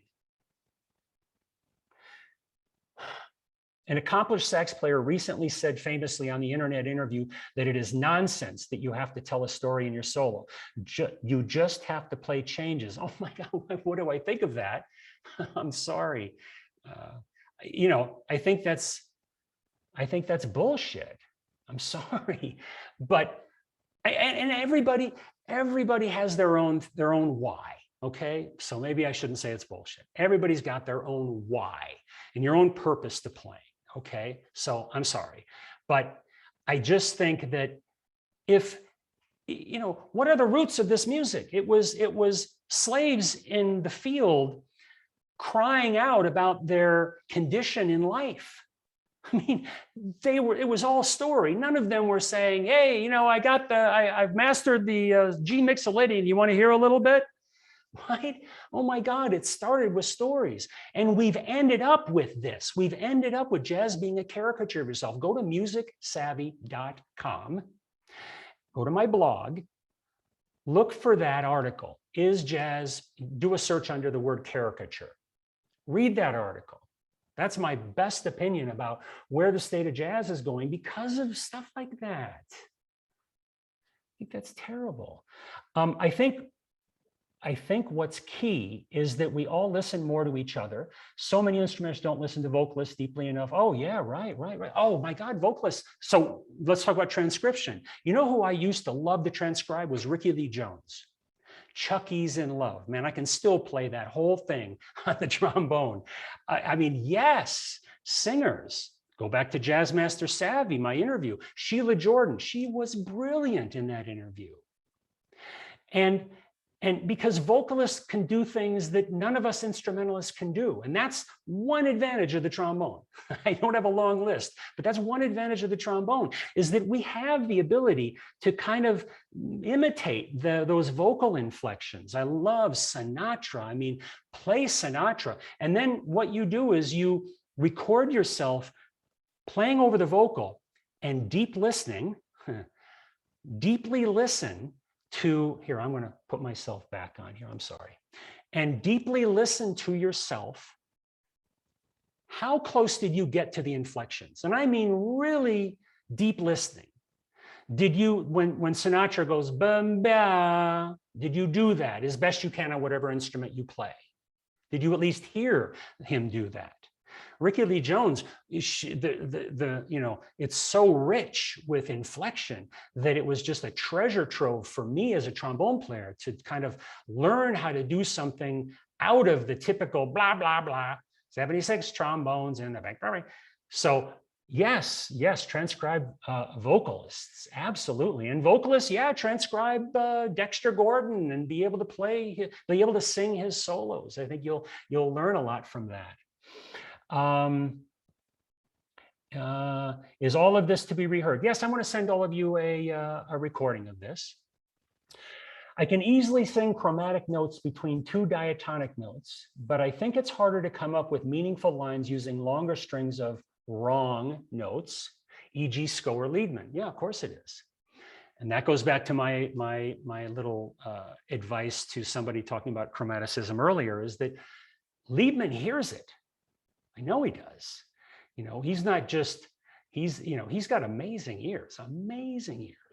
Richie has stories of just, they'll play a tune that has incredibly difficult changes that Richie wrote. And normally you're supposed to play over a pedal point, but Liedman has no problem just blowing over these incredibly difficult, every half bar changing chords.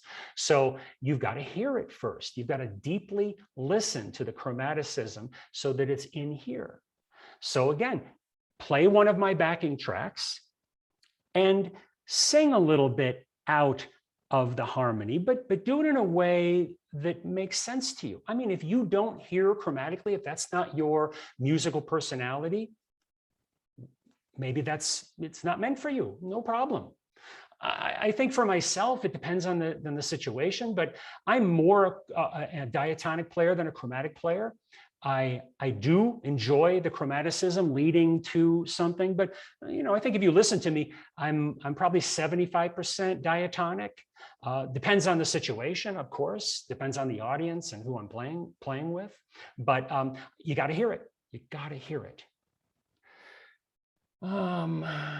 Melody is king. Yes, Kyle, it is. Or Neil.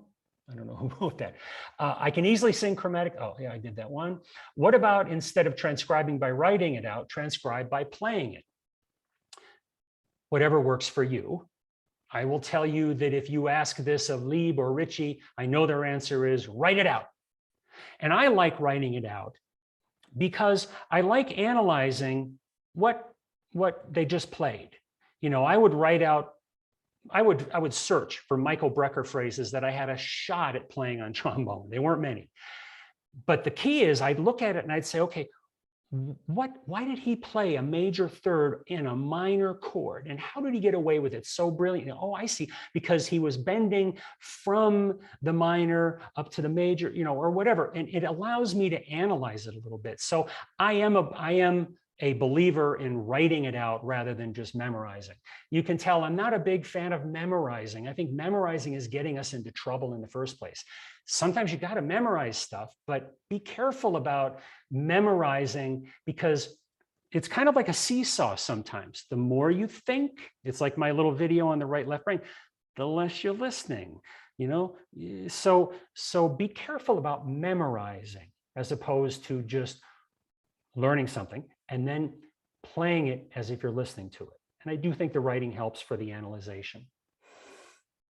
I just thought transcription was using pen and paper. You just said something that sounded like it's computer app. Yeah. there are computer applications that create printed, beautiful scores, just like you would buy commercially. It's called Finale, the one I use, Finale, and the other one's Sibelius. They're like, you know, McDonald's and Burger King. And they're deep because you can score anything. And any software that does everything is probably hard. And I'm not a big fan of the user interface of Finale, I must tell you.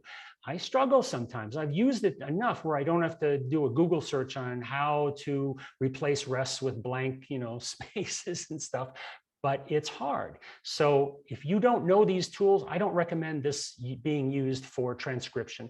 What I recommend is figuring out how to get your penmanship together, getting familiar with those 5 lines on the staff, and really immersing yourself in writing music. I think depending on what you want to do with your music, I think it's an important fundamental step in being able to write out music based on what you hear. Okay. We'll get a blank manuscript book and start penmanship from the beginning. Okay, good. Use a pencil. What I do is I sharpen my pencil, and then I go like this to get a little bit of a flatness to it. Kind of almost like you know, I used to do manuscript. When I was in college, one of my professors would give me his scores, and my job, and I got paid. That's how I made a little money in college. And I wrote out the parts.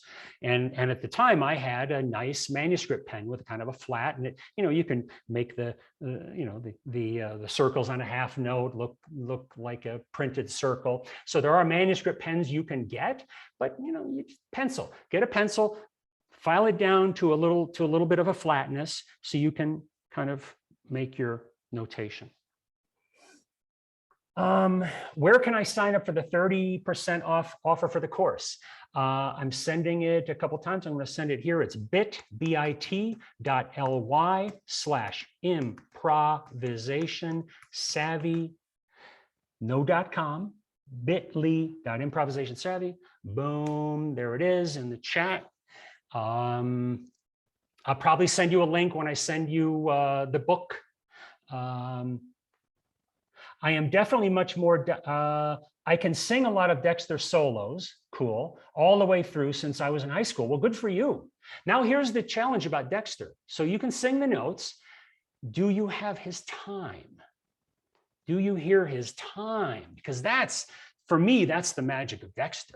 Is just the time. I mean, on a ballad, he's like on yesterday, but it sounds so brilliant. So what I would say, it sounds like you're a singer. What I would say is, where is your placement in terms of where Dexter placed those notes? And not that I'm trying to turn you into Dexter, but I'm trying to give you an exercise to kind of build your sense of time, right? So yeah, anybody who transcribes Dexter, definitely, you got to be on his time. No Choice is amazing, but so is his time. So you got to be deeply listening to both of those things. I'm definitely more diatonic. I don't know if it had to do with being Italian and exposed to melodies. Right, I get that since my young age. Great, there's nothing wrong with diatonic. There's nothing wrong. Listen to Chet Baker, right?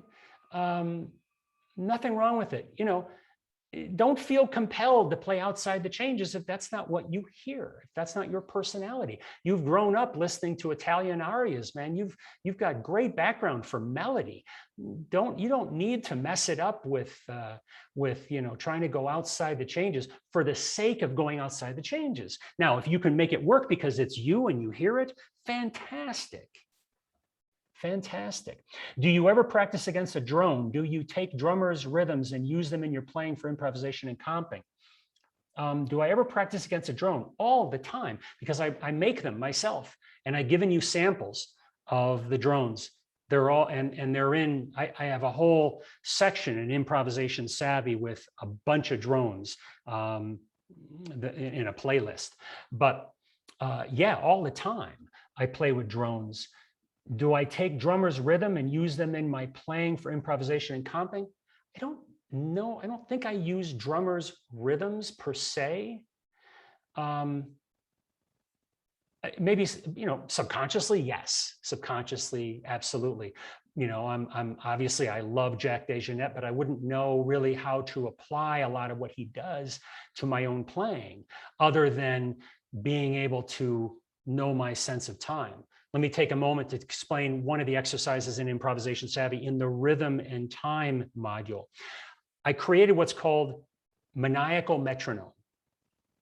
We're all used to the metronome that's going click, click, click, click, click, click, right? And we can vary the speed, but it's always regular, always right there.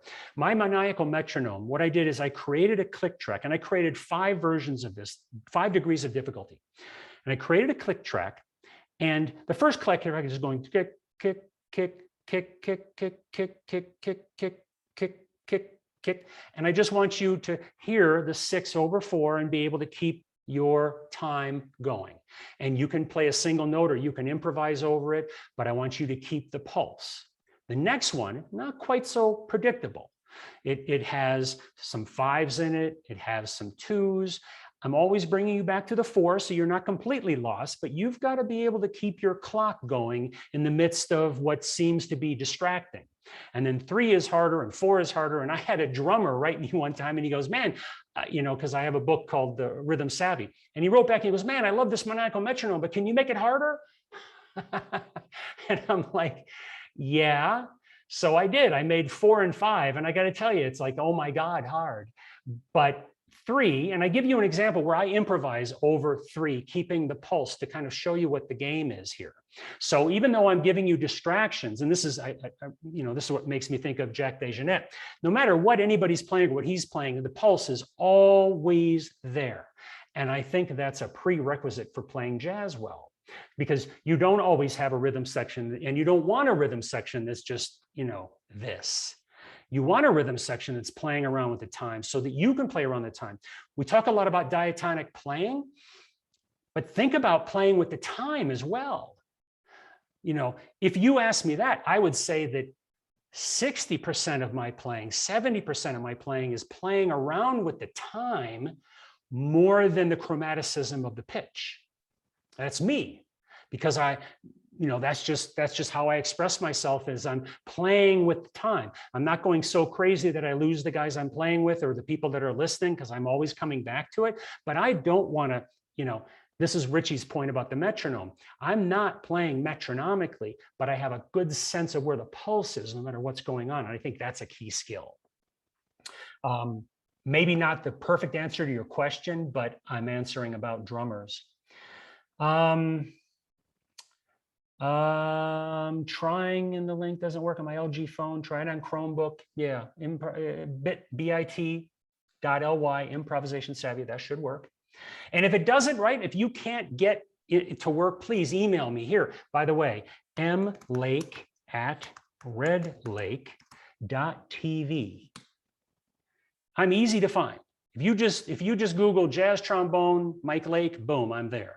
And I don't make a secret of my email address, but there's my email address. If you have any trouble figuring this out, please call me.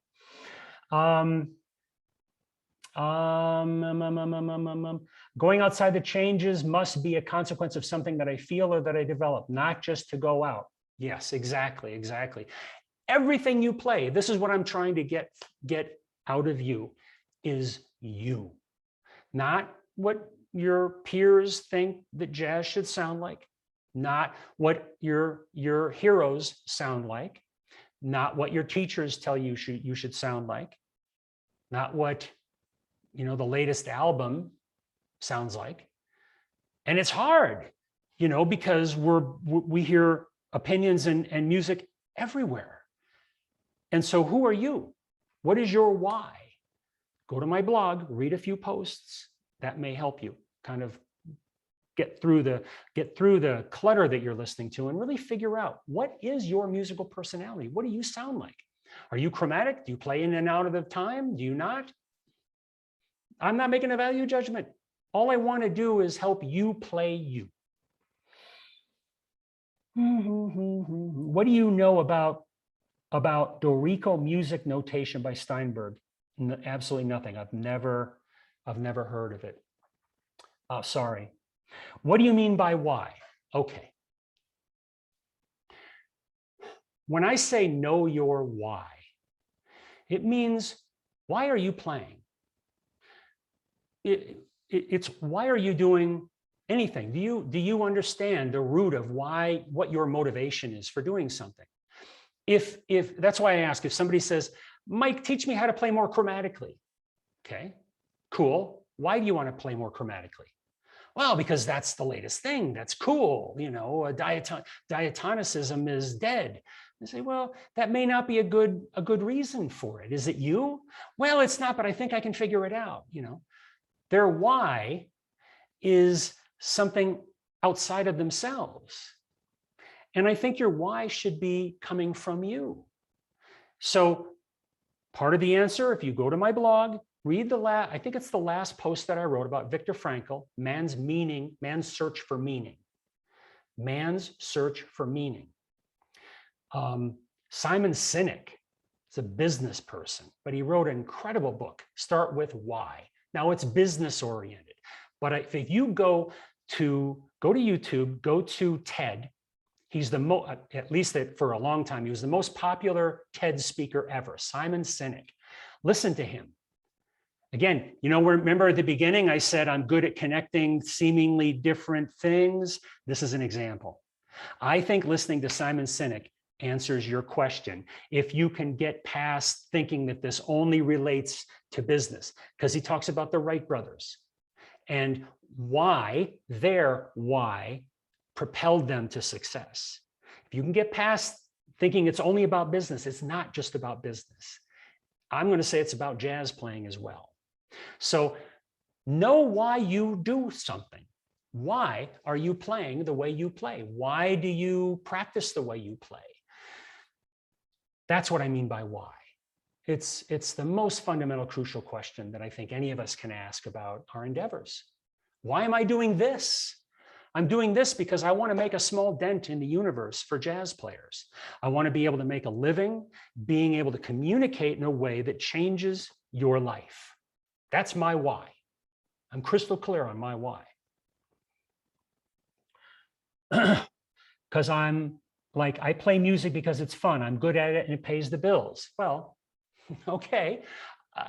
Okay, great. You know, play music because it's fun. Play music because you're good at it and you're proud of your accomplishments. Those are great reasons. And you can pay the bills with it. That's fantastic. So yes, those are perfectly, it doesn't need to be super deep. This is not philosophy, 301. It's just figuring out why you do things. Because it makes me feel good. Great. I think that a lot of people stopped playing music just because they tried to be someone else. We are like our fingerprints. We should always remember that. Yes, Enrico, thank you. I can't say better than that. Thank you for your inspiration. Leaving you now. Thank you. I love the sound of piano and trumpet and saxophone. I play for the sound. It matters not that I play for or with others. I simply love the sound, the vibrations added to the universe. Fantastic. So I don't want whoever's left on this chat, oh my God, to think that I've got some ulterior motivation that you need to apply in order to play music. I'm just trying to get you to answer it for yourself. Because there's no wrong answer as long as it's authentically from yourself. And if you just love the vibrations that you're putting into the universe, fantastic, fantastic. And I hope I can help you do it even better. And oh my God, I think we have reached the end of our questions and maybe the attendees. It could be just me and my dog at the moment. Chromebook is a no-go also. I'll look for your email if that fails. I'll email you directly. Chromebook is a no-go. I'm a Mac. I've been a Mac forever. I have a Mac Classic sitting over there collecting dust on the shelf. I know nothing about Windows. I really don't.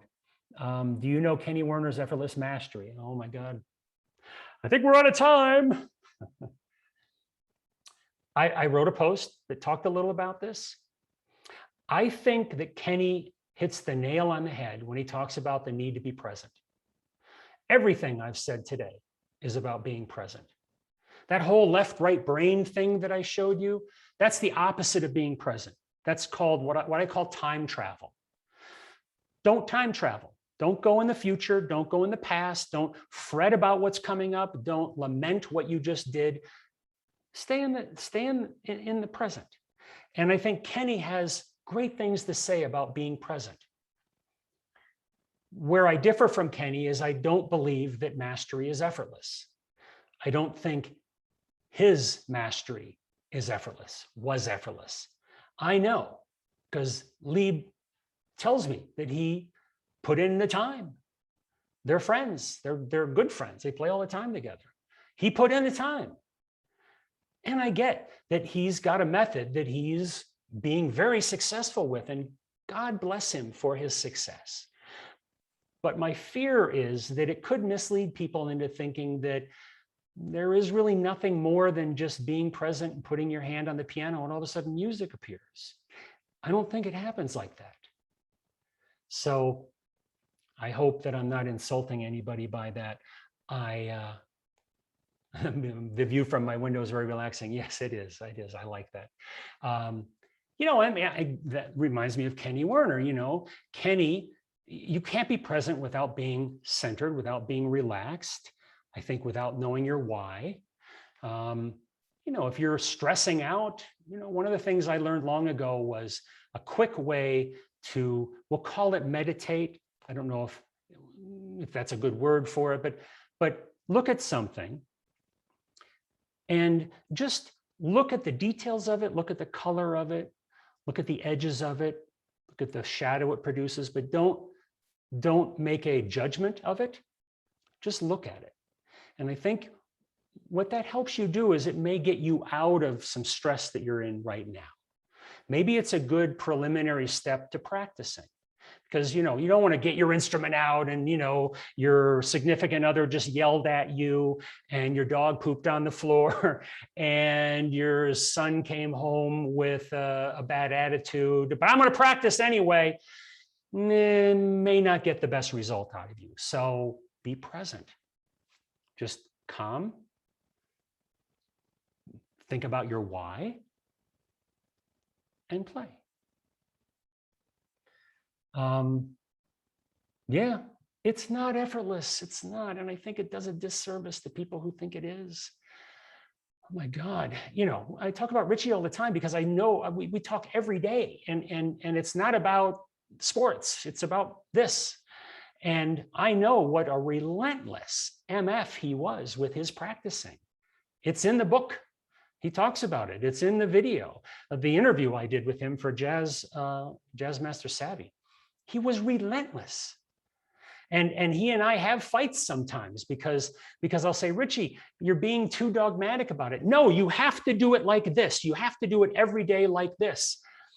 You don't, but that's where he's coming from. And that's what he did. He decided to do one thing better than anybody else that he could find, and that's to play jazz piano. And he did anything he had to do, effort-wise, to get there.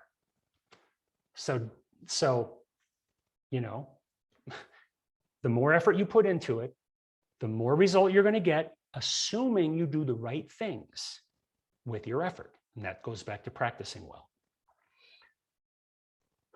I think you're right. Kenny's thing is really to be present and observant, but only after having spent 40,000 hours shedding. Yeah. Oh, by the way, I didn't mention that it was, 10, 20, 30,000 hours of, bleeding fingers to be effortless. Because after a certain point, there is an element of this that is effortless. It's listening to that, being the guy in the audience, listening to you play. I'm trying to give you a sense of a little bit of effortless. That's why I'm saying pick Mary Had a Little Lamb. Pick something simple that you don't have to think about, and you can just listen to yourself play. Now, that's a long way away from playing Tones for Jones Bones, but this is the step to get there. Do you have a little advice to be more relaxed during a jazz solo? I know it's hard just to say in a few words. Well,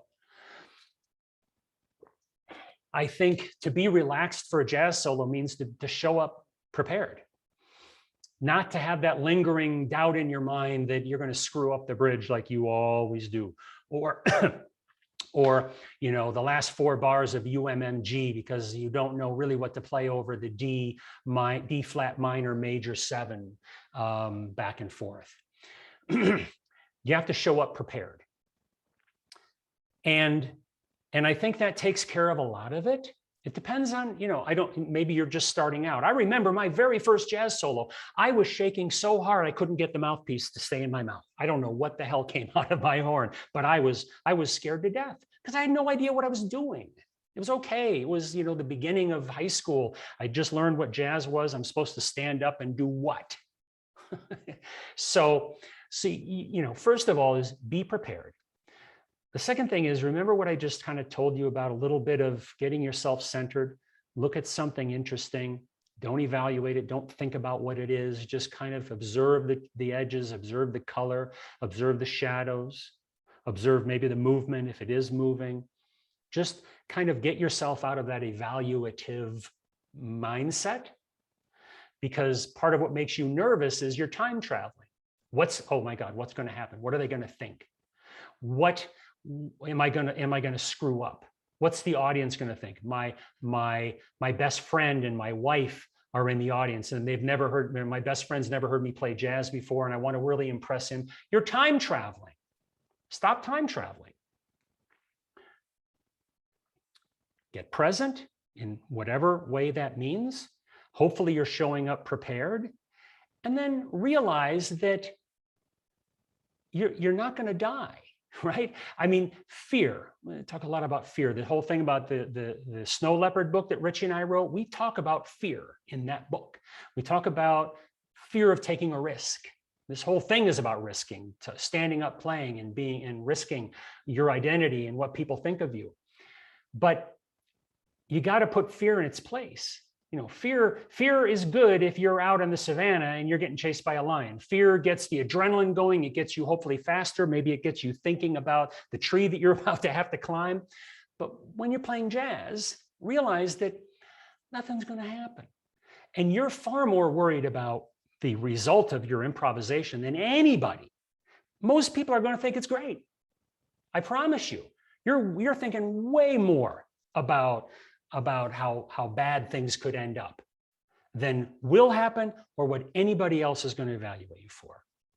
I hope that helps. Lieb said in a recent interview that he doesn't practice and that Miles didn't practice, just plays with others when the opportunity arises. Do you think he means that once a certain level of mastery is achieved, all that's left is left to apply to playing situations? No, Lieb doesn't practice. And Lieb only went through a period of intense practice for a while. And no, Miles didn't practice. Miles showed up on the gig and he would crack some notes. He'd look over it when Lieb was playing with him. He'd look over at Lieb and kind of go, that's me. Miles wouldn't pick up the horn until he got out there on the gig. Because at a certain point, Miles didn't care. It wasn't about proficiency. It wasn't about nailing perfect pitch. It wasn't about not cracking notes. It's not about all the things that us brass players, think about, obsess about. That was the word I was looking for. So, but I think it depends on what you're after. Again, I'm going to bring it back to what is your why? What are you doing this for? Have you spent 10,000 hours on your instrument? And your only playing outlet is with a community group that plays once a week. Do you need to practice 7 hours a day? I don't think so. So practicing is a very individualistic thing. Now, contrast it with Michael Brecker. Michael Brecker practiced constantly, every day, hours and hours and hours and hours and hours. His apartment the floor was littered with music that he was working on, and as Liebman would say, he just took the hammer and just hit that nail over and over and over and over. Now, obviously, he knew how to practice, right? So he was hitting it very effectively. He wasn't using a wrench to hit the nail. He wasn't using a water bottle to hit the nail. He was using a big hammer that got it done. It's up to it's based on your why. It's based on what you get. And if I can make another pitch to Improvisation Savvy, this will help you, whatever time you spend it more effectively, getting better with less time and effort. Not effortless, but with less time and effort. Knowing how to practice is more important than how much you practice. And it also depends on, Liebman's at a point where, first of all, he plays a reed instrument. And I'm sorry if there are any reed players on here, but it's not a brass instrument. I know Randy practices every day. And he practices, he has a thing that has no bell and just valves that he can get his fingers working. He works like a madman, partly because he's a brass player. I practiced for an hour today up on my mountain out into the hinterlands so I could play as badly as I played through this webinar. I at least had a tone. So what is your why? What are you trying to accomplish? That'll kind of determine your practicing schedule.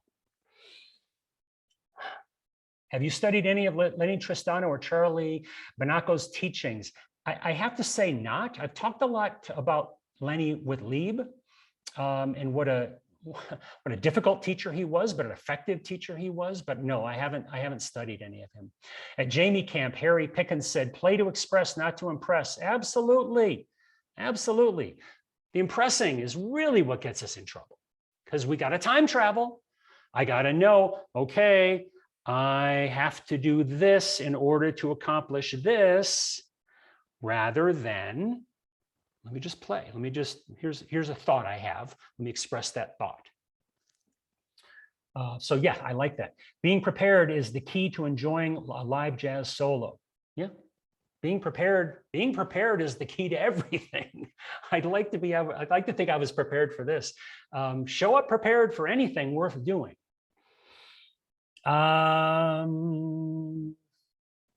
Okay, last call. Oh my God, an hour. I promised I wasn't leaving until every last question was answered. And I think there may be a couple of us left. So, and listen, mlake@redlight.tv, and I'm going to put it up there again. mlake@redlight. You will be shocked at the response you get from me, because I learn from you. I think I came up with all of this on my own. I learned from you guys, from the questions that you ask and the struggles that you go through. So I want to hear from you, and you'll be shocked at, sometimes how thorough my answer is. It could get turned into a blog post. It could get turned into a lesson for Improvisation Savvy. Hey, somebody wrote me this. I didn't think about this, but here, I've already got some ideas from the chat. I'm going to be reading over the chat when we get done. That's why I'm excited about providing you with a roadmap. I think that's a valuable bonus, because I really want to be able to hear you and know what you want out of your music, to be able to give you a direction that will make you much more effective at the practice time you do, and a better jazz player. All right, everybody, I'm going to call it a day. Thank you for sharing your time with me. And whatever you do with your music, I wish you all of the best. And take care.